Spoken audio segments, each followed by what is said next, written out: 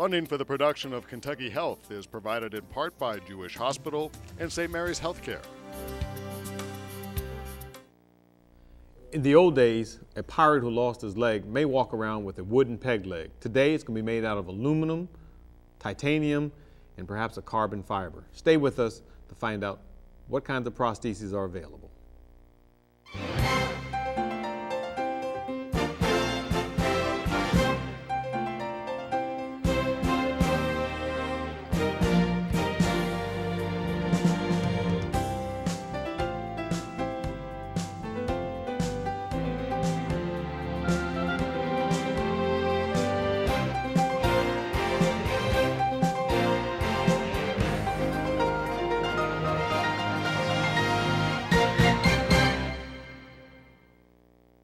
Kentucky Health addresses the healthcare concerns of all residents of Kentucky and surrounding states. It was created by Dr. Wayne Tuckson, a colorectal surgeon practicing in Louisville. Here is your host, Dr. Wayne Tuckson. Hi, and welcome to this segment of Kentucky Health. Today we're going to be talking about prostheses, specifically things to help people walk after they've lost part of their leg. With us is Mr. Wayne Luckett from Louisville Prosthetics. Thank you. Wayne, thanks for being with us. Thank you for having me, Dr. Tuckson. Now, when we talk about a prosthesis, what does that really mean? It means an artificial device that we are replacing a missing body segment with. Now, you do a lot of work with lower limb problems, is that right? That's correct. Most of our practice is currently involved with lower extremity amputations. Now, what are some of the medical problems that cause a person to lose their legs? The leading cause right now is diabetes and vascular disease. Patients also are seen with, as a result of trauma, injury, cancer, and other infectious disease. Now, when we talk about losing a portion of their limbs, what are you talking about? So something's being amputated. I think back to the days when we had to do below knee amputation, I guess where you cut off the lower leg and the foot. Is this the basic kind of thing you're dealing with? Yes, we deal with all levels of amputation, from a partial foot amputation to an ankle type amputation, all the way to a hip disarticulation type amputation in the lower extremity. What is the big difference in terms of function for the individual between losing half a foot, maybe losing the whole foot, a below the knee amputation or above the knee amputation? Every time you surpass another level of joint, be it the ankle joint or the knee joint, there are demands upon the patient, the physical demands, the oxygen uptake demands are increased significantly. So it's to the patient's advantage to save as much limb length as possible. So is it that it's harder to ambulate the more that one loses? Yes, it is. It requires more energy consumption on the part of the patient.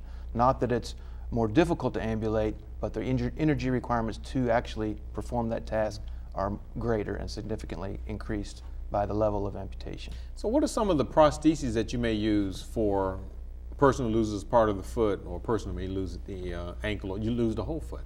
Right. We provide prostheses basically that are tailored to the individual patient, depending on what their needs are.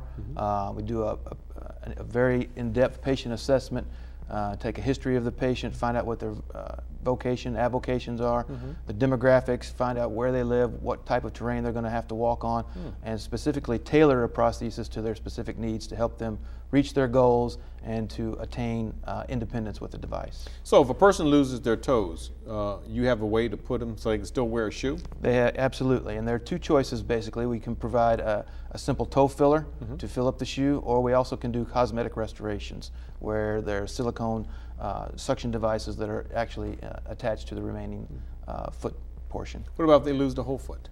If they lose the entire foot, then they have going to be at either two levels. Either a Symes type amputation where it's through the ankle, which is actually a very advantageous type of amputation because it allows the heel bone to be wrapped underneath for weight bearing.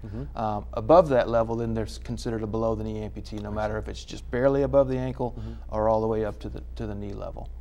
What about if a person has to have their entire hip, thigh, lower leg, and foot, the whole thing removed? Is there a prosthesis that'll work for those patients? Yes, too? there is. We fit hip disarticulation patients and hemipelvectomy patients. Definitely not as common, but they can be done and they can be fitted successfully with a properly fitted prosthetic device. Something where they can walk around in, or is something basically going to be stationary? No, something that they can walk around in, go back to work, enjoy a day at the lake, whatever they need to do. So I alluded in the beginning that it used to be that people had these wooden legs. Do you still use wood now? Not at all. In fact, when I started in this field 23 years ago, we were still fabricating prosthetics with willow wood and balsa wood and strengthening them externally with plastics. We've gotten completely away from that. We've borrowed a lot of technology from the aerospace industry, and 99% of our prosthetics are now made with very lightweight and strong carbon fiber materials, titanium, aircraft aluminum, and other very strong lightweight materials. Now, you were kind enough to bring with you a series of prostheses. I wonder if you could go through with me and just describe what it is that we're looking at here. Okay, the first prosthesis that you see here is a preparatory device for an above-the-knee amputee, which features a stance control knee for safe ambulation and a very simple dynamic response foot. It has a flexible inner socket to improve the comfort and flexibility around the hip joint, and is a very good starter device. And this bends at the knee then, just Yes, like it does. a regular knee would? Just like a regular knee does, yes. What's the next one then? The next one you see here is a below-the-knee prosthesis that incorporates a suction suspension. It has a sealing sleeve that rolls onto the upper thigh to retain the prosthesis in place. It has a one-way automatic expulsion valve to force air out of the system and to hold the prosthesis intimately to the patient's limb. It's connected to a carbon fiber foot for dynamic return and energy consumption. Now, I see a camouflage prosthesis. That's right. We have a patient that's a big-time deer hunter. And this was his old socket that he donated to us for demonstration purposes. He likes to be in the woods and likes to be hidden, so we put a camouflage cover on the exterior of his socket. This socket design is a manual locking system where he's got a liner that he rolls onto his residual limb and mechanically locks into the prosthetic device. And the next one, which looks like a solid sheet, is that really? It's actually an endoskeletal prosthesis, which means the structural integrity is internally, just like you see on the other prostheses here, but it's been covered with cosmetics to give a lifelike appearance. Okay.